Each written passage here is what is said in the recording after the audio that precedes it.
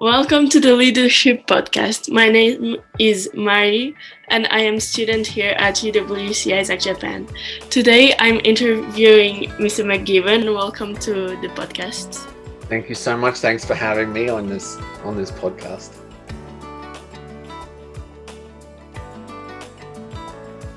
Oh, okay. So I guess my name is Mr McGibbon. I was born in Australia in 1974, and I have a family still there. Everyone is still there. So I have three brothers, and I have been teaching overseas for, I don't know how long is it, maybe 13, 14 years.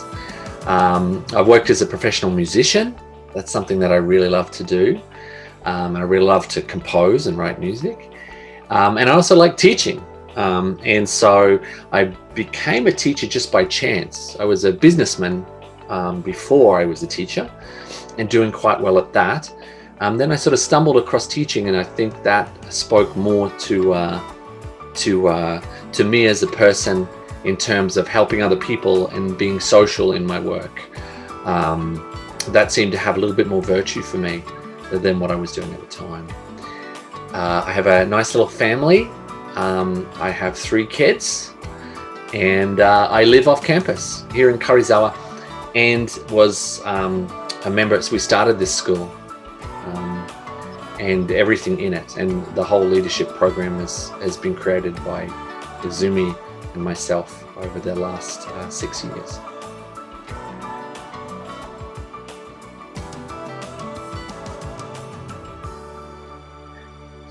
Yeah, well, I tell you what, it wasn't UWC ISAK Japan when we came. It was just good old ISAK. But we actually came for a summer school program, which was running for a couple of years before. So we came to the second summer school, and we found that this was a motivated group of people looking to make a school that was different, that really tried to practice what it was preaching, and to give students plenty of opportunity to start things, you know. It also had a good heart, I think. So it had a good heart in terms of it was looking to be kind and mindful about our place in the world, and it was also creative. So I was very much in the creative domain at my previous workplace at the United Nations School in Hanoi. But I was drawn by those things, by working in a good team to try and describe something different in education and express that and have a good time sharing knowledge and building upon that and creating positive change. So that's what sort of drew me to this place. Also the opportunity to start something. Right? So as a teacher, usually you hop into a stream that is just going, and you do what other people are doing. Whereas this really appealed to me, that we could actually start something that no one has ever seen before. And that's why I do the leadership program and those sorts of things.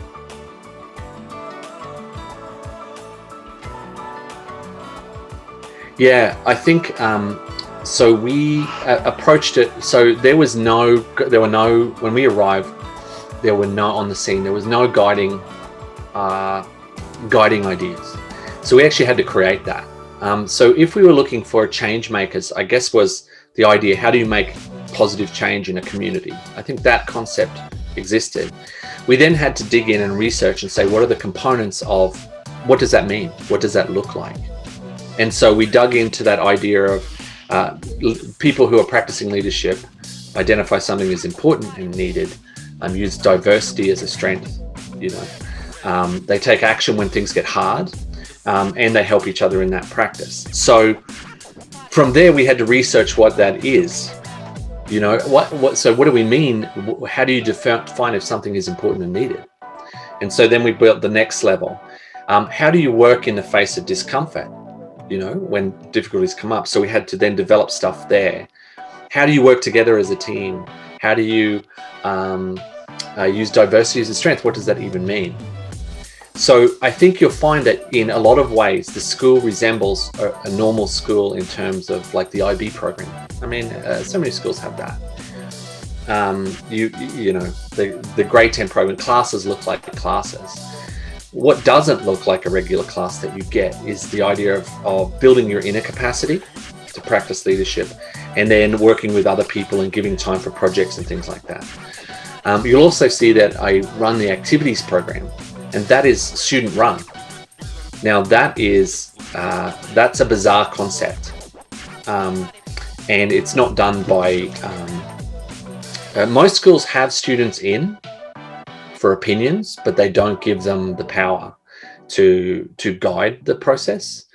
So I'm really committed to having students actually experience what leadership is like. So those courses are the ones that are different, and I think they define ISAK, and they're the things that when people leave, they go, "Oh yeah, I realized that's pretty important." Okay. So that's why we're different, and that's actually what attracts me. So if we didn't have that, I probably wouldn't be here. I would go somewhere else. I would go looking for that.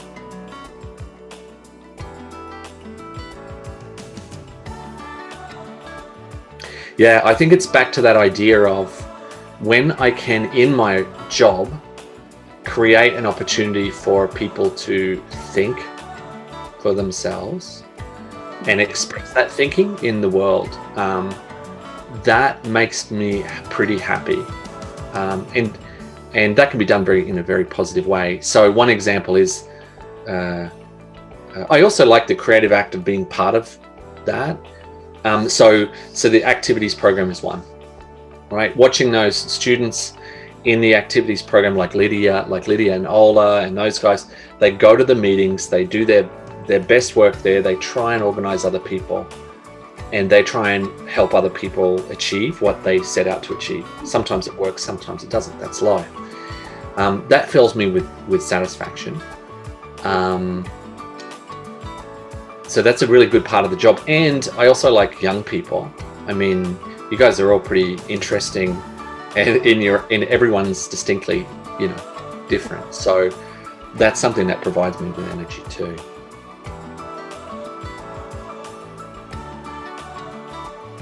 So I think there are things that are barriers to an idealized version of what we came up with.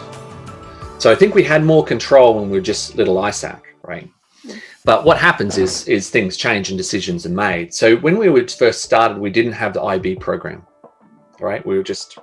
That came on board through some decisions. So when the IB comes in, it sort of takes control of the image, right? People actually say, I got an IB diploma. They don't say I got an ISAK diploma. So IB is sort of dominates. You see the grade 11s and 12s. They're like, oh, woe is me. So that's a factor that actually competes a little bit with leadership in a way. It's quite hard. There was a decision for UWC, which was a good decision for diversity as a strength. Like that actually opened up from just Southeast Asia to the whole world. So I think that was a real positive thing. So it looks different than my idealized version of what we set out to do. And it's still a work in progress. That's something that I am realizing, is that it's more working with people is more complex. People like to have their own control over things, and often that control goes in directions that maybe you didn't think of, or maybe you don't like. And what I would say about that is, as long as those decisions are nested in our goal as a school, it's probably okay. It's when they go on a tangent that they're not. So ISAK's still a work in progress, and it's hard because it's like a whole new people every year. We lose a lot of knowledge and a whole new people, so we can't expect it to look the same from year to year. So it's a work in progress.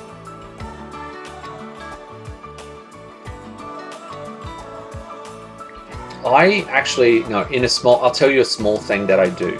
So I actually have noticed there's lots of trash around the place in the streets, right? So I will walk home to my house and I'll see bottles and I'll see packages from Combini in like the undergrowth.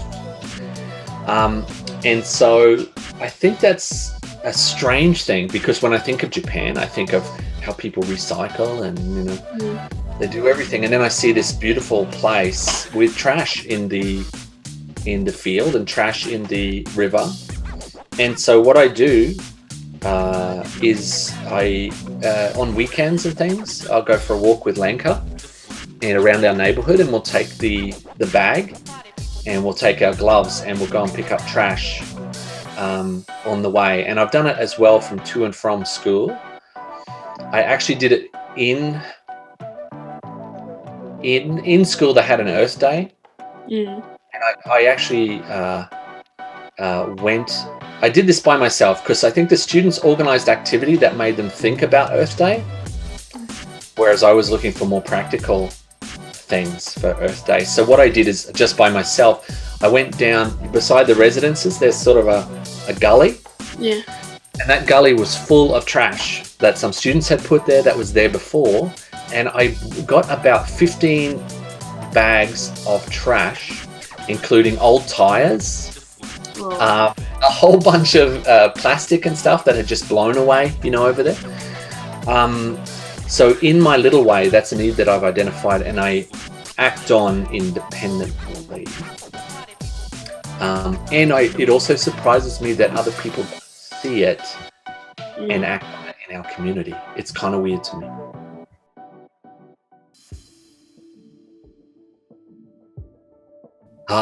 Okay. So about a year and a half ago, I rediscovered musical composition. I mentioned it before, but what happened is Zumi was in hospital for a little bit, and so I had my evenings free. I don't hang out with her, so I thought, I'll try this again. And I discovered that I could do it in a way that I could never do it before. And so I've been writing. It's quite hard to find the time, but I've been writing quite a bit. So I actually have a YouTube channel where I put my compositions, and I focus on orchestral compositions. And so I've got a book right here beside me. Look at that. Principles of Orchestration. Conversations with Stravinsky. So I want to build this skill. I think I'm pretty good at it. I also want to get much better at it, but I've given myself like a 20-year period to write something that's quite significant. So it's a long-term project. And just at the moment, I'm realizing that I need to level up my orchestration for orchestral instruments. So I'm going to go into homework mode. I'll still compose, but rather than learning from experience, I'm going to start studying a little bit more to improve that.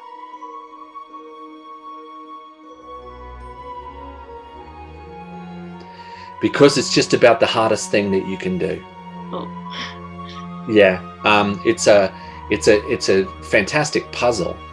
So if you imagine you have, 60 different instruments, 40 to 60 different instruments, all doing different things, all trying to contribute to a piece of music. They all have their individual range, and then you have to think of dynamics, you have to think of chord structures.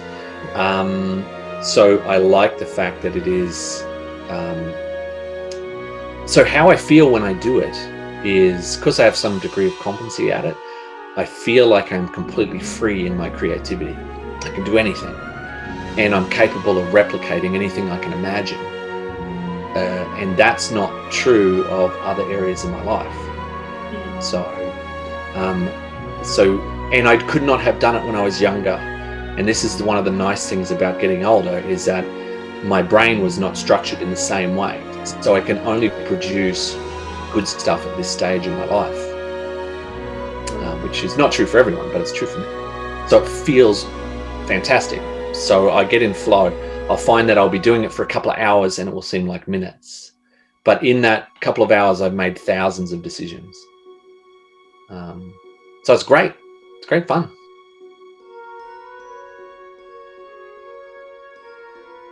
No, these things are sort of separate. Yeah. So at the moment, obviously in the past, I've run fundraising concerts. So you'll see that's a very easy thing to assemble musicians for a fundraising concert. And we've done plenty of those. But at the moment, there's no they're separate things in my life. Yeah. Mhm. I sort of have this multiple things going on. Oh. I'm not just a teacher that devotes everything to that. I turn off being a teacher and I become a composer. I become a family person. So no, they're separate right now. I want to thank Mr. McGibbon for being on the show. I appreciate it. And to our audience for listening. Please don't forget to subscribe and share with your friends. See you next time. I like ice cream, I like Okay, that's a good point.